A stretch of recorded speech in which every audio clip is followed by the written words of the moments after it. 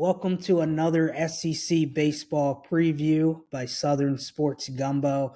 We're going to be talking Georgia baseball tonight. Sweets, get us going here. Yeah, so Georgia's coming off a strong season last year. They finished 43-17, hosted a regional and lost won the regional, hosted super regional as well, and lost 1-2 in that. So didn't get to Omaha, but had a pretty good season. That being said, they lost a ton of talent to the draft last year. They had 10 guys off of last year's squad drafted. They lost their entire starting pitching staff, and they lost six position starters as well. So, but Wes Johnson did a great job in the portal, um, top to bottom, and was able to bring in a ton of projected starters. As of right now, they have the projected starting lineup with Daniel Jackson at catcher. He's a returning starter, hit 240 last year with 14 bombs. Trey Phelps, they have this site has him penciled in at first base. We see him at first and third. In any case, his bat will be in the lineup. He's a preseason All-American who hit 318 last year with 10 bombs. Local kid here from the Marietta area. Been fun to watch him grow up and play well. Ryan Black, who also was a Georgia player last year, hit 276 with seven bombs. They brought in Colby Branch is their shortstop. He hit 303 with 13 home runs last year. And now the transfers start coming in. Michael O'Shaughnessy from Davidson had 70 RBIs last year, and they have him penciled to start at third. In the outfield, they have a two-way player, Kenny Ishikawa, who plays center field, but he also is a pitcher, and they're thinking he's going to be their Sunday guy as of right now. He came in from Seattle, so there's a little bit of a trend with two-way players now. Jordy Oriok, pardon me, from New Mexico, is a big power guy and a left-handed bat. So something Georgia wanted to add to their lineup was some left-handed power, and they got that in Oriok. Also, outfielder Scott Newman from USC Upstate is an outfielder that'll be relied on for depth as well. And the other catcher that'll be rotating in there is Jack Ackerman. He came in from Richmond, and he's a noted power hitter as well. Georgia's got a ton of hitting depth, and in the little bandbox that they play in, if the wind's blowing out, that's going to be really good for Georgia power numbers. Pitching wise, their starting rotation, their Friday night guy will be Joey Volchko, who came in from Stanford. In the fall, he touched 100 a couple times, so this kid's got a blazing fastball, and he's a preseason All-American. At Saturday, they've got Cade Naoki, who they brought in from USC. He was their ace last season, USC's ace last season. Had a decent year, but wanted to try his luck in the SEC. It was a great pickup for Georgia. And their Sunday guy as of now is outfielder slash Sunday guy Kenny Ishikawa from Seattle. His numbers were so-so last year, but he's got a lot of talent, and they've got him penciled in there for right now. As I said, Georgia lost a ton of guys to the draft last year. So how these guys are going to be able to gel together and come together as a team is going to have a big effect on how the season goes. I think talent-wise, they're there. They certainly could get to Omaha if things break right for them. Um, as of right now, I think Georgia's looking at a 18-12, 19-11, type of season in the SEC. And I think that they'll certainly host a regional, and if things break right for them, they could be a top 8 seed as well. What are your guys' thoughts? So I'll say Yeah, I think I think Wes Johnson's been an interesting dynamic as a head coach. Um, I think the reason they didn't make a run any further last year's was their pitching staff. That in his first 2 years as a head coach, he's had really good lineups, and suspect pitching staffs. And if you're playing in that ballpark, once you get to the NCAA tournament, you got to have good pitching. So I think they're a little similar this year. They got Volko, big upside. They have a pitching staff that has upside, but really not proven. So I think that's going to be the thing. Can he develop his pitching staff to be really good to take them deep in the tournament, or are they going to be similar than the last 2 years with a really good lineup that hits a lot, hits for average, hits a lot of home runs, um, and wins a lot of games? I agree. If you look at their non-conference schedule, they play nobody, so they might have 1-2 losses in that non-con schedule. I do think they play Tech. That's it. And then, so I think they get 1-2 losses in non-conference schedule. Like you said, 18, 19 wins in the SEC. They'll probably be a top 10 team based on their record.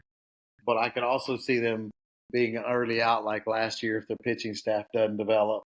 One guy that I like just because it fits the team and that little bitty short field is Scott. I think his last name's Newman. They transferred from USC Upstate. He had 20 home runs, and again, USC Upstate made the tournament last year. Yeah, Scott Newman. He's an outfielder. Gold Glove candidate too in the outfield. Hits for a lot of power. I just think he matches that stadium. And you named off several. They got 5 or 6 guys that are going to compete in that outfield, first base. And again, Johnson likes to mix up guys. He'll play them at multiple positions and try to figure out, where the best bats are by position. So I feel confident he'll find those guys, and they'll play a lot of guys, play different positions, and they'll have a good everyday lineup. They took too many good transfers. Another interesting thing, and then I'll throw it to DMAC and we can finish up with Georgia. I think how he's built this team over 3 years has been really interesting too. He has been all transfer portal. And what makes that interesting to me, I think Georgia's always been a sleeping giant in baseball. And look, he's winning there, so you give him credit. He's progressed the program further than others. But what has made me think it's a sleeping giant is the high school baseball and the baseball, travel baseball at East Cobb, one of the best in the country. And he's rarely tapped into that very deep at all. He's really went straight portal. I'm not knocking it because he won, but it's just surprised me how he's done that to go from there. So anyhow, that's my thoughts. Good team. Pitching is going to be whether this team makes a run at the NCAA tournament or gets into the tournament and flames out early again. DMAC, your thoughts? You're on mute, buddy. Yeah, you talk about the transfer portal heavy philosophy that he has. He brought in 5 freshmen this year, which he brought in 5 really good freshmen. Ty Peebles is going to be really good. Cole Johnson. I really like Jackson Peavy, who's another Georgia kid. At some point, I think he's going to have to lean a little bit more on the high school recruiting because especially in the transfer portal, most of these guys are, juniors, seniors that are coming in. So one thing that I did notice with their schedule too, from an SEC standpoint, is they've got a sneaky tough schedule in the SEC. They travel to Mississippi State, Arkansas, Auburn, Texas A&M, and Ole Miss. They do get to host Tennessee, Carolina, Florida, Missouri, and LSU. But with the power bats LSU and Tennessee have, if pitching's not an A-plus performance, that's not much of an advantage in Athens. Missing Texas and Vandy are nice misses, and getting to play South Carolina and Missouri, both of which at home are, positive additions for them on that schedule. One of my favorite players on this team this year, I like Colby Branch. He brings, some consistency at shortstop, but I really like Kenny Ishikawa. I know you mentioned him tweets and talked about him playing center field and being a Sunday pitcher. To me, he's a kid who, was born in Japan. So he's going to be their own version of Shohei Ohtani this year in the SEC, especially when they're playing there at Foley. So I expect him to have a really big season. All the fall reports said he's got more power than they anticipated too coming in from a batting perspective. As a freshman last year, hit 8 home runs. He is eligible for the draft this upcoming summer, so he's likely a one and done for them too. But I do think that at some point they're going to have to lean more heavily on the high school recruiting ranks. I've got them at like a 16 and 14 type of team. I could see a ceiling at like 18, 19 wins. 16 is probably going to be enough to host a regional. So I don't know if they make it to Omaha this year, but they're going to be a really good team, especially when they're playing at home. I agree. I to jump onto what you guys say to finish up. The talent here in East Cobb is insane, and Georgia has always has never been a big presence here, which is wild because of how much talent there is. Georgia Tech actually does decent in East Cobb, but Georgia has never been a presence here, and it's insane because they could pick a team exclusively from Georgia and be competitive year in year out in the SEC, and that's not hyperbole. That's fact. That's how much talent is here, and it all goes other places. Some of it goes to the draft. Kids end up at LSU, they end up at Auburn. Tennessee does well in East Cobb. Alabama does well in East Cobb. Ole Miss does as well. So there are a lot of schools that do well here in East Cobb, and Georgia needs to get on that train to build from the ground up instead of these one and dones every year. Yeah, and I like the point you make, DMAC, about their home field advantage. With if their pitching's not good, it's really not home field advantage. Playing into that also is, I think it'll be interesting to see because they don't have a lot of tradition. They don't draw big crowds. I went over to the NCAA tournament last year because Georgia played Oklahoma State in it, and the stadium holds about 5,000-6,000, and it was half full, and they were playing to advance.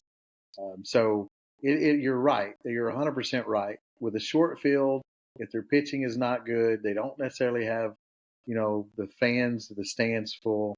It's not a home field advantage in the SEC like your traditional schools: LSU, Mississippi State, Arkansas, Ole Miss, Texas. I could go on and on. A&M, Vandy, Tennessee, and that have. So they need that pitching to step forward. Yeah, I agree. So that is a wrap on Georgia baseball tonight. This is SEC preview number 10. We've got 6 more coming your way this week. Remember to like, follow, and subscribe, and we'll see you soon.